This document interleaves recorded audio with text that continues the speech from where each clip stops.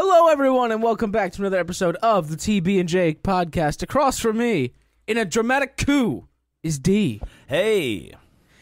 And to my right is Chris Carroll. I've put strange things in my body. Stay tuned after the credits to learn what. Oh, yeah. It's a true story. And, D, what did we watch this week, buddy? We watched Moon Knight. Motherfucking Moon Knight. But first... TB&J!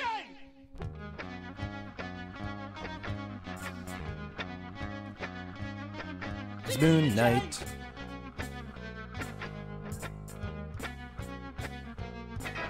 TB&J! Cover Moon Knight. TB&J! D, what is a moon knight? It's a night of the moon.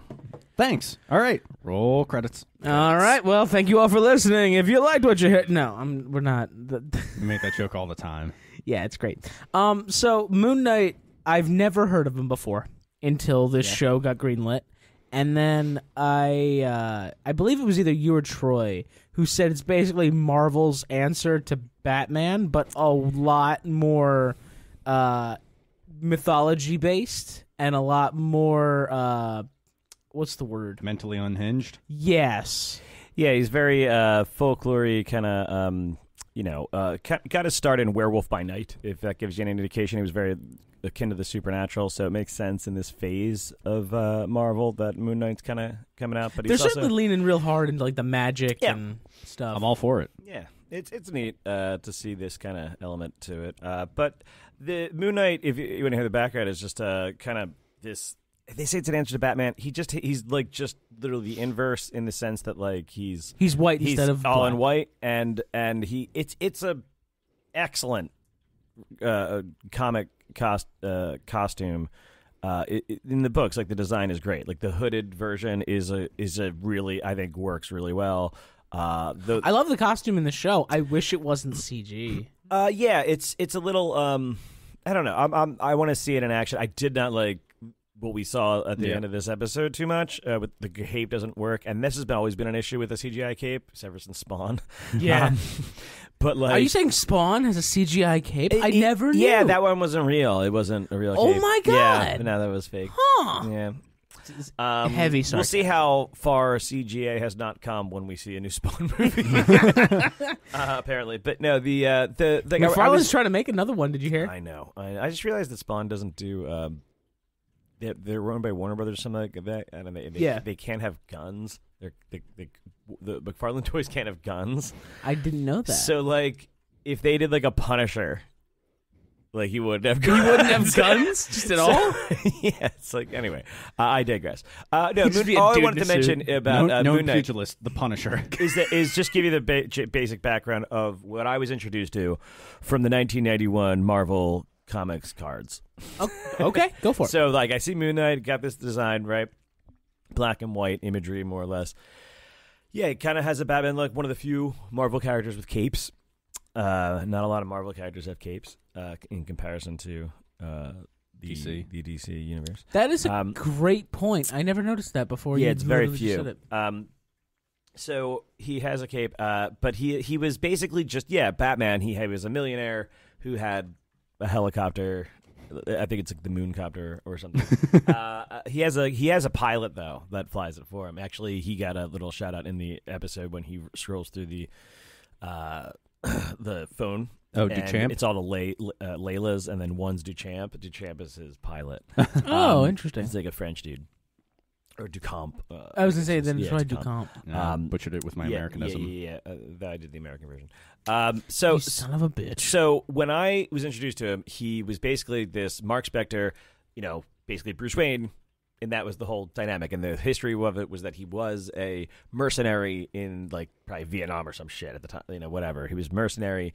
He's in Egypt or some shit, falls in front of Khonshu, dies, and then Khonshu brings him back to life, but he has to be his avatar to fight and like that's how he comes into contact with Werewolf by Night. And then he eventually, by the time in the 90s when I'm coming across him, they were kind of trying to revitalize the character, make him an Avenger, and he's kind of much more like a Batman character they're trying to delve into it, and he more or less has these other. He has like a Robin type character named Midnight or some shit. Like it's this whole thing. So it's like very much so becomes that.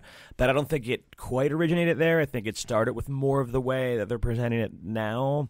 But the whole split personality thing is kind of something that was more written in the last like 15 years.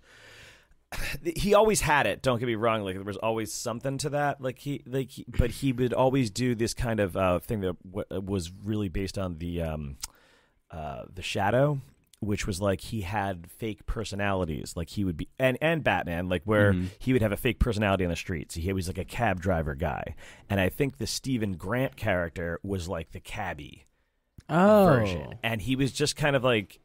Either he had like street level people that were like that, or he did their characters, and then there was like Steve. So there was just these other characters, and then they started to write that, like retcon that, or lean into the truth to the idea that he had schizophrenia, and then they were like, well, that's not really schizophrenia; it's multiple personality disorder, and actually now it's called. Dissociative disorder. So it has like this whole kind of issue history with like the stigma of wrongly naming these issues and perpetuating myths about them. But at the same time, I think what they're writing into this now is that they're introducing you not to Mark Spector's character, but they're introducing you to this character of Stephen Grant, who's very much so like a different character than any of the comic versions are. Like this is kind of an original creation, I think, of it, and I'm intrigued by this character. I want to see what you think of it because this is a different Marvel show. I felt in some ways. Obviously, it has a lot of similarities to other things, but I think it really did capture its own kind of.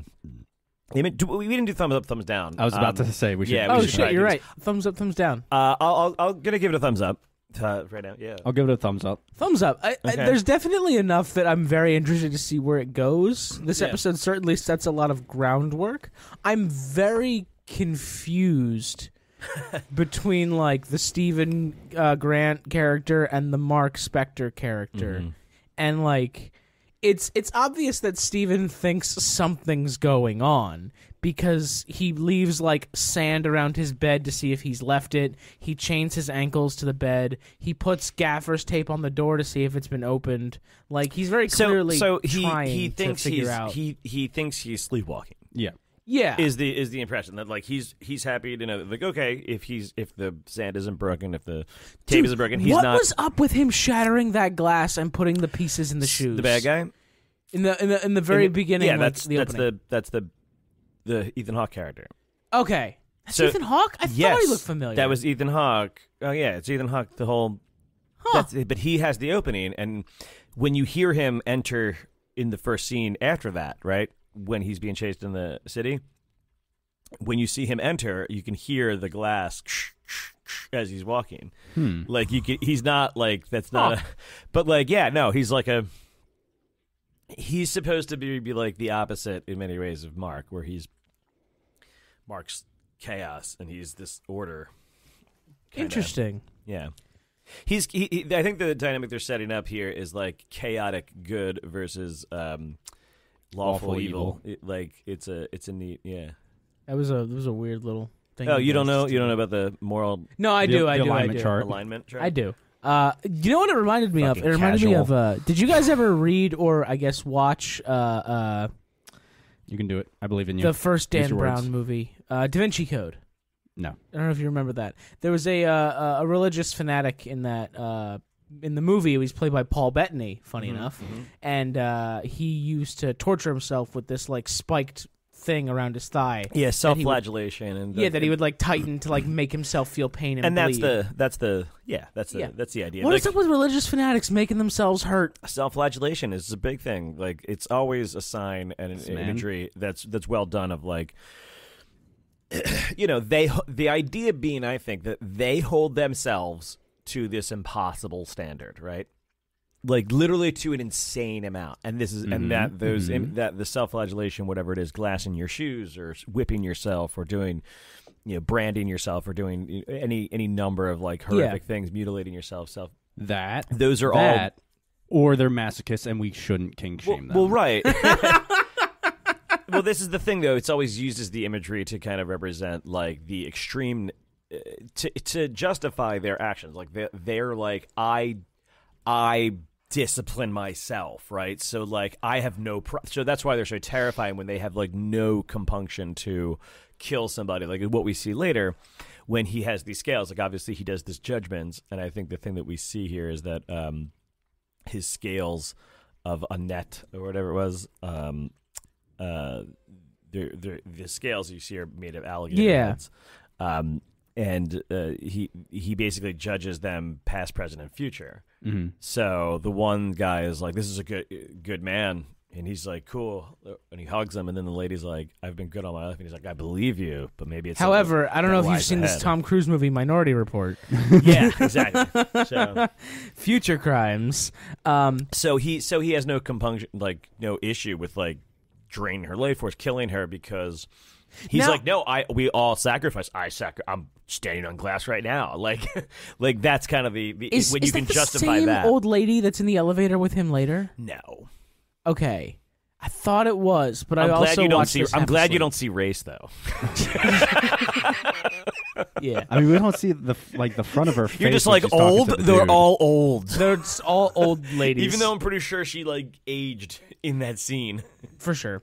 So I have a couple questions for things I saw that I'm hoping you can explain. What is that giant creature thing that he saw like outside the bus? It looked like Moon Knight. That's Khonshu. Yeah, Khonshu. that's the Khonshu, Egyptian deity. The that Egyptian inhabits deity, him, or the makes moon him his the moon god. Okay, so Khonshu is the god of the moon. He is the moon. He is the moon. Okay. Just making shit up. Yeah. Okay, fuck you, Chris. I'm trying to learn here. I am the moon. I am the night. What? Why did you say that name? Moon shadow. My long lost love. Moon shadow. Affleck was such a good Batman, and he's never gonna live that down. God damn, I hate Zack Snyder. He really shouldn't. It's Snyder's fault, not Affleck's. Anyway, Martha. Everybody's named Martha in the 1940s. Oh. So Khonshu is the god of the moon, and he is inhabiting Steven, and that's what's giving him powers? He's inhabiting Steve and Mark. So I think we're Steve and Mark. Yeah, same person. Steve and Mark. Steven and Mark are arguably the same person, right? So we don't know who's So this is the issue: is the original person Mark? How are they going to the tell the story? I Steven? think that they're kind of try to lean into one of the more modern interpretations of all of this, right? But maybe play on some of the older versions. So like right now we're seeing, okay, this is the take on this is interesting because they're introducing you as Steven, whereas Mark is what we would usually consider the central person. Okay. Like only because you're usually introduced from his perspective as like the mercenary that died and makes a deal with like a kind of a Faustian deal with the Moon Knight, with Khonshu to be his avatar. So let's assume we don't know how they're going to play this. Does he have dissociative disorder and he's a mercenary as Mark, and also this other thing, and then timid gift shop while worker. he's on a secret agent thing, he does this. Now, I think what it more is like that they're going to try to play it, and I'm guessing here, this is really a guess, is that they're going to have Mark be a mercenary. Mark is the personality, and that he, as part of his mercenary CIA, I don't know what he works for, but he's a mercenary, really. But like somehow to hide their things, he actually hides it in a like they might want to drop the whole dissociative like issue as a natural phenomenon and make it like a more of a Wolverine like memory loss thing, where it's like it's part of his training, where it's like we're actually going to hide the information in you, and you literally won't know. He compartmentalizes you'll be this other character inside of another identity, right? So he literally makes an entirely identity that even he doesn't know the true answers to, and that's what's created this. But then he dies, and Mark makes the deal with him, and now now there literally are this issue because he did that.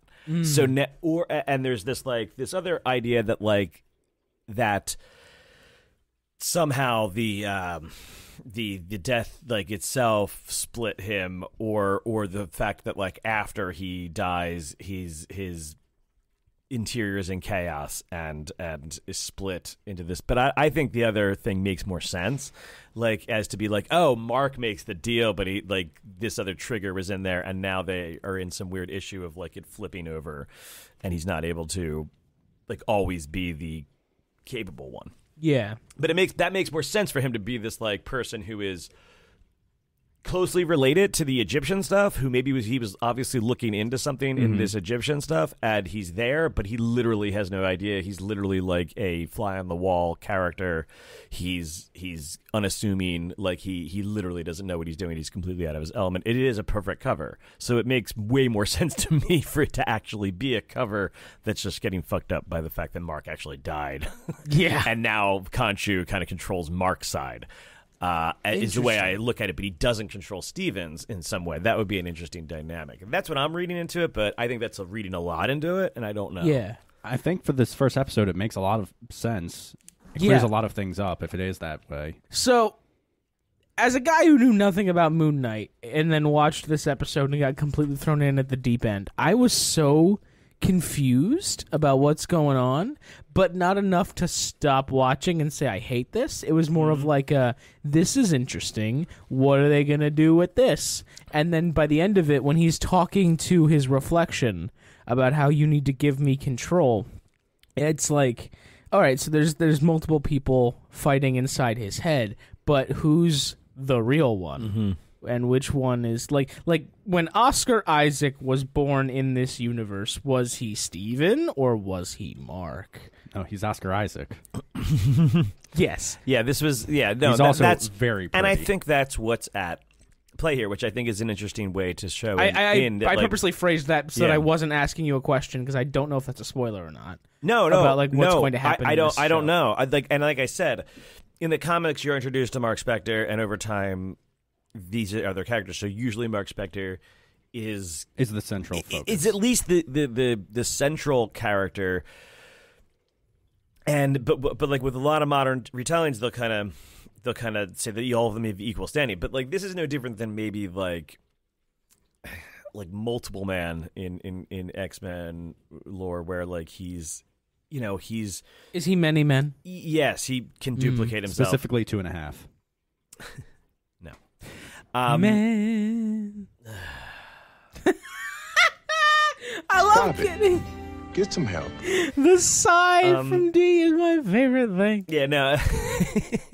Just bad jokes all around.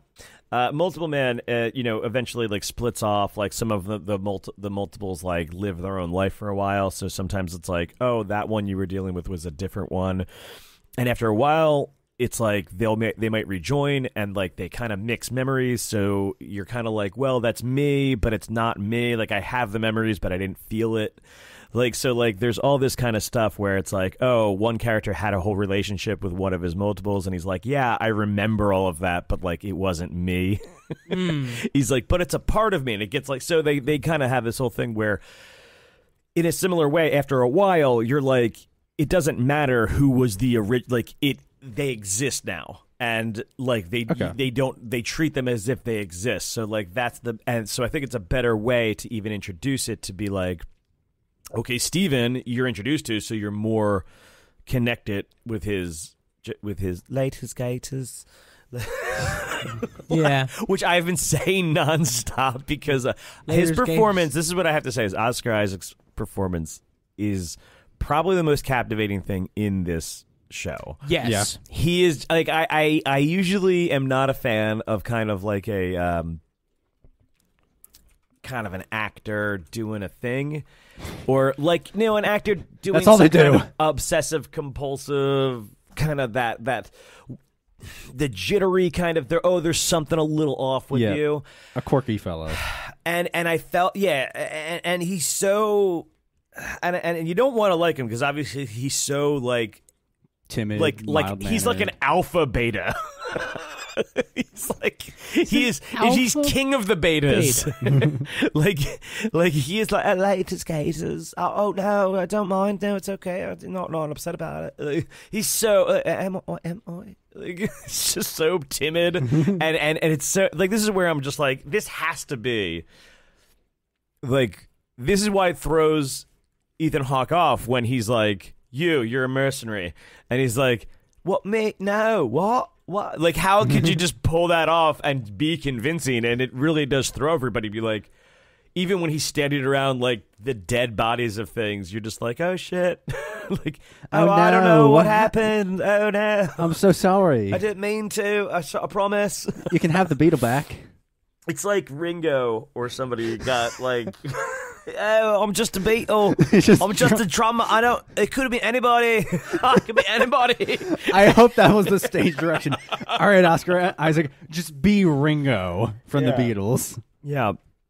So, but no, the scene, for instance, where he has the scarab and he's like, give it to me, and he's doing the whole like, I don't control my body thing, is great body acting. Like, Great yeah. Just physical acting is Could so you imagine if they had actually used this in any of the Star Wars movies he was in? Mm-hmm. Yeah. Poe Dameron would have been way fucking better. He's just so, but like, he is literally making himself. He's not necessarily making himself likable. A little sympathetic, but like not likable. Yeah, and he's just really like he's making himself kind of as unlikable as to be. Where I'm still like, yeah, but damn you, Oscar Isaac, you're captivating. And then he hits you like when at the end, then as you mentioned at the end when he's like, let Mark like Steven, let me save us. Like I was like, oh, fucking Poe, save me! Like, like I know he really is like, I would want no one else, but Oscar Isaac to be like, I'm gonna help you. Let me do it. All right, hey, help me. So I just want to. Shit, man, I'm just at the supermarket, but sure, you can save me. All right, somebody save. So we all know Moon Knight is a Wikipedia is calling it a mini series, but it is on Disney Plus as a streaming thing. Do you know how Moon Knight was supposed to go? It had a couple tries before it finally took off on Disney Plus. No, how did it go? So Moon Knight was supposed to be introduced in the planned second season of Blade the series before it got canceled in September 2006. Damn. Way back. Okay. I'm glad that didn't happen. And then in October of 2006, Marvel Studios, still independent from Disney, partnered with No Equal Entertainment to produce a separate TV series featuring Moon Knight. Writer John Cooksey was hired to develop the series, but it never moved forward. Then James Gunn said in January of 2017 that he had pitched Moon Knight film to Marvel, but did not have time to work on it. So we could have got a James Gunn Moon Knight movie. And what we 80 did it. And what 80s rock song would have been the theme song?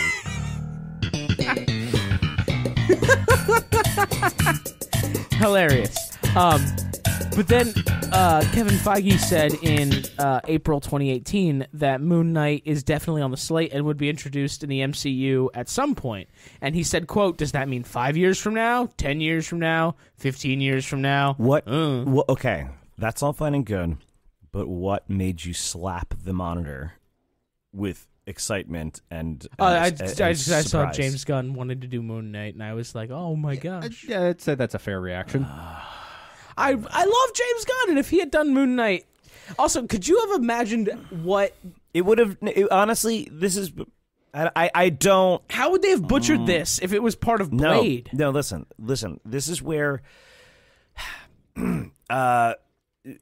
James Gunn is good at taking C and D list characters, in my opinion. C and D, not B level characters. C and D level characters, and humanizing them and leaning into their quirkiness and goofiness and making that a new part of their character that is self-aware and kind of leaning into it and always having that element, but then surprising you with their depth, right? But it always has that jokey exterior that is on the surface, even though it can go to kind of, I think, empathetic lengths. What he can't, I think, do, or I wouldn't want to necessarily see him do, is add that mix to like a character that could be like an A-level character, but is not quite there. Like taking a B is what I mean, like level character, which I think Moon Knight kind of is. Whereas like he has a very serious take that is, I think, neat that they're trying to do here. I think they have a really cool aesthetic. That's another thing that like oftentimes the aesthetic of what James Gunn can do is like usually very goofy, very absurd. He would lean into that. So you take Moon Knight's costume and you just lean into like the inherent goofiness of it. It's a very different visual. Like you can lean into this idea where he's just like vigilante in a, you know, in white. Like vigilante from Peacemaker. Yeah. Like, yeah, you know, yeah. like just kind of, you know, just much more surface level. Like maybe it looks good, but but it's always going to look like a guy in a costume in the real world, you know, where they're not going to play it to the look. Just like, you know, like Batman. Like Batman looks cool in all of the dark, taking it seriously like way. Yep. If you put Batman in like a regular room with like a bunch of people, he just looks like a dude in a cosplay. Like it's like you and I think you know James Gunn's like stories look like guys in cosplay. They're just taking it seriously, but it's inherently goofy. Yep. And I think that Moon Knight probably deserves like a legitimate shot before you jump into these. It's the same thing with like Nova, like the character Nova, like and the New Warriors and all that stuff. Like they always get the like meta goofy treatment because of kind of the harkening look back at like excessive 90s stuff and how goofy they were, but like they actually did have good stories. Maybe I think New Warriors would probably work better as with like a James Gunn, but like I would rather see a character like Moon Knight get their time in the sun, like taking it seriously before they try to rehabilitate them through goofiness. That's kind of like the James Gunn version. Yeah.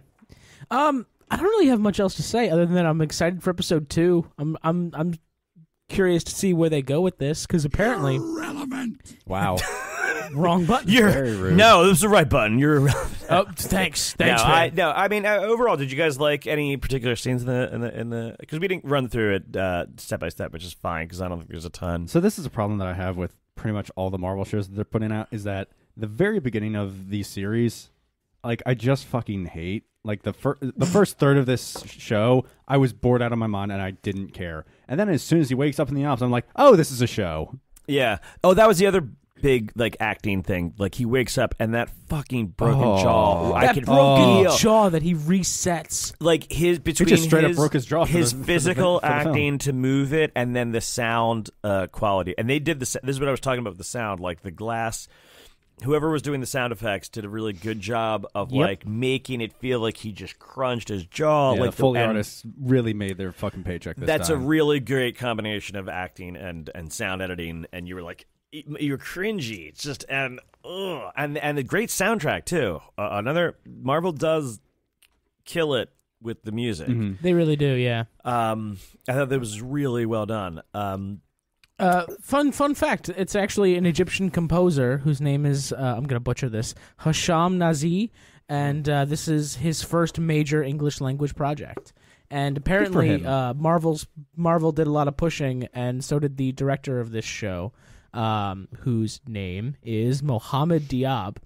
That's cool. They pushed for a lot of like Egyptian and Middle Eastern Authenticity. and authenticity. That's the word I was looking for in this show because it is very heavily based in Egyptian folklore. Yeah, and on that note, just leaning into that idea I have for Steven is that he kind of keeps knowing about all this Egyptian stuff, like he's correcting it and stuff, but apparently, some of the stuff that he's mentioning is inaccurate. Like what? So I wouldn't like he was mentioning like there was 9 deities that would have been on this this banner at the museum. Yeah. And he's saying, oh, there's only 7, there's 9. He's like, you're forgetting these 2. And either way, it's like he didn't seem to like he should know something else that like one of the like Horus or somebody is maybe considered one of this group, but like he's definitely not the centerpiece that they are right here. So it's like it was weird. Like it was just weird stuff, especially if they are getting for authenticity and they're almost showing like a issue that like he doesn't understand what he's talking about. So like another thing where it's just like he's in the dark. He thinks he has this like great intrigue to the Egyptian stuff, but doesn't seemingly know the truth about it. And that seems like another layer to be like, well, Mark knows really about it, and he's just supposed to be around the stuff. Yeah. In some capacity. But I don't get that whole element too. Like they have to explain how he got there. And I hope they will. There's only 6 episodes? Yeah. I don't know.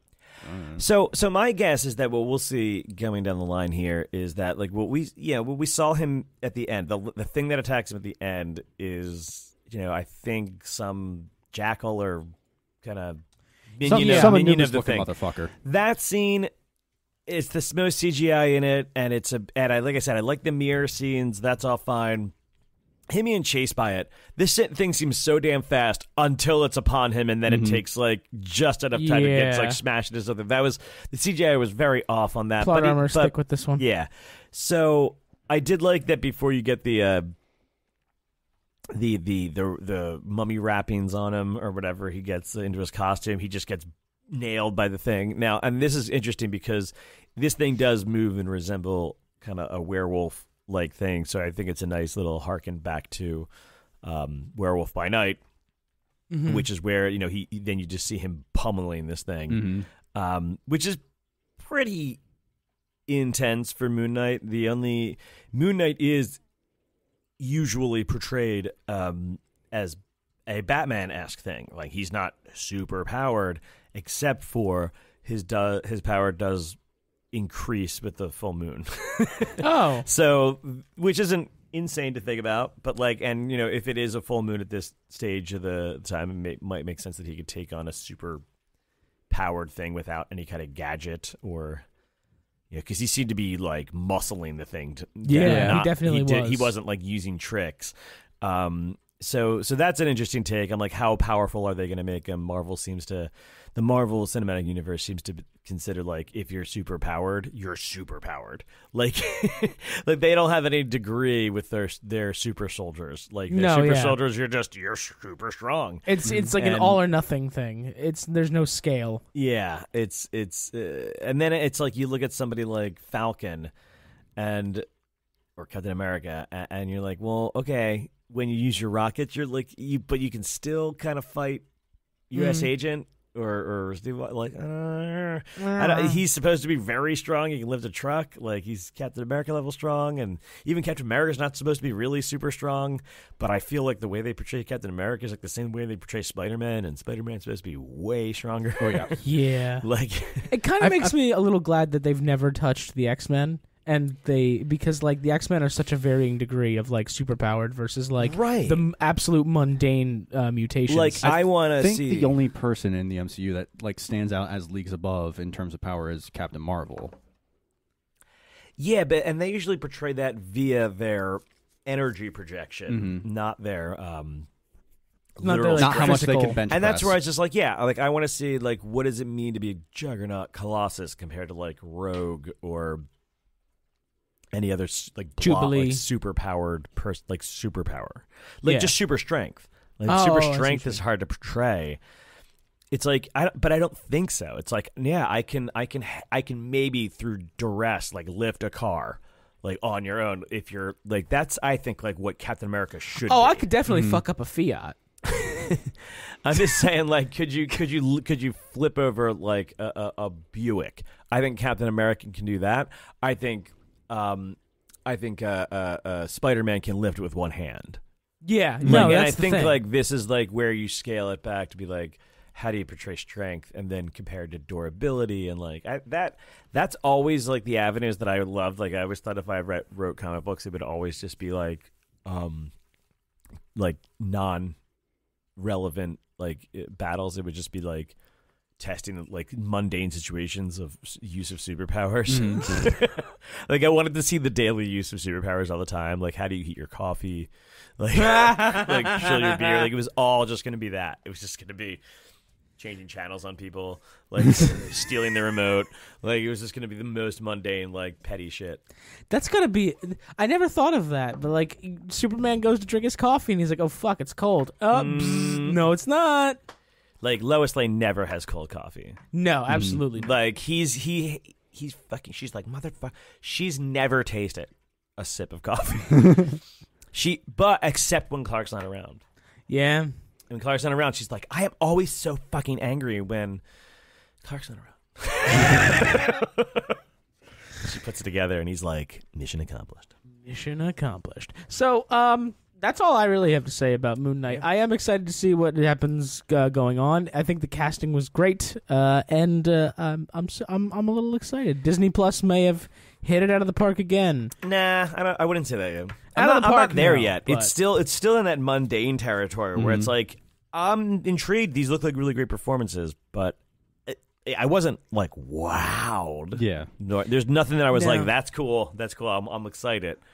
I mean, kind of, you haven't got me yet. They technically skip over every action sequence in this show. Yeah, you know what? That's a good point. And I did just bash on the CGI. I'm intrigued. Earlier. You know what I am intrigued about? If next episode is the literal same sequence, but just from Mark's perspective. Ooh, I think that's what we're gonna get. I think what we're gonna get is like we're gonna get Mark asking the girl out, how he ended up like in the field, with the broken jaw. Then we're just gonna get like him fixing the entire sand thing and resetting up the thing so he's back home. Him replacing the goldfish. Like you're gonna get, of course, you're gonna get like an entire other sequence of that. Like that's a good. Why did the goldfish die? Meanwhile, Why he's just cursing Steven out. Yeah, he's gonna be like, no, just be like back into Steven, and then he'll just wake up and be like, geez, he'll be in the middle of a fight. Like, so we'll see all the action sequences next episode. Hopefully. And it's my first thought with the goldfish those thing was logs, that those logs falling were brutal. Oh, yeah. The logs falling was brutal. That was good. I like that you guys... If that was another show, the legs would still be standing there and just be a bloody half. Yeah, if this was The Boys or Halo, it would have just been the legs. But no, I like that you guys went for the logical conclusion of, he had to replace the goldfish. My stupid brain was like, how did it regenerate a fin? You're so fucking dumb. Jesus Christ. The next scene, she's like, you were here yesterday. He's like, no, I wasn't here yesterday. Okay. It's... well, I never said I was the brightest guy. I'm just the guy that owns all the equipment. Fair enough. Yeah. And has taco truck jelly beans. Oh, yeah. Stay tuned at the end of the episode for that gem of a fucking bit. Any more closing thoughts, boys? No. Nope. No? None. No? Fantastic. Then I'm going to wrap this up. You're welcome, folks. You're welcome for this podcast on Moon Knight. Take it. Yeah. And if you liked what you heard, please leave us a kind review on your favorite podcasting platform, and you can email us at tbandjpodcast@gmail.com. Thanks to D and Chris for joining me today. And that's it. That's it. I'm very tired. I'm going to go to sleep as soon as you guys leave my apartment. That's my plan. Leave? Joke's on you. We're never leaving, bitch. We're not leaving, man. All right. This is our place now. Welcome to Staying Awake, motherfucker. Welcome to Staying Awake. Pass. This is Staying Awake. Oh, do you want to play games? No. Do you want to solve puzzles? Is this Saw? Do you want to look at nudie mags together? Yes. Nudies. Ooh, we have those? Probably. Like high gloss? High gloss. I mean, and cut. I really tried to give it a chance, and we then got salsa. And then I looked at the flavors as I was chewing, and I saw beef taco. Oh yeah, and I was just I tried. I gave it a shot. The churro one and the horchata one should be fine. Who the fuck thought of that? I was at Walgreens getting my prescription, and I saw those on the shelf, and I had to buy them. God awful. Okay. God awful. You're not gonna. I had one. Beef taco. Oh no. It's churro. Oh, it's the churro? Yeah. The churro's probably the one flavor that's all right. All right, now horchata. Horchata. Make sure to record this.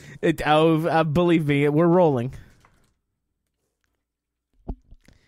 Horchata's good. Horchata's good. No, this is the wrong reaction to everything. What the hell did I have? I had you had the single worst jelly bean. I had the salsa. Okay, the horchata's really good, actually. Is it? Yeah. I think I had the salsa.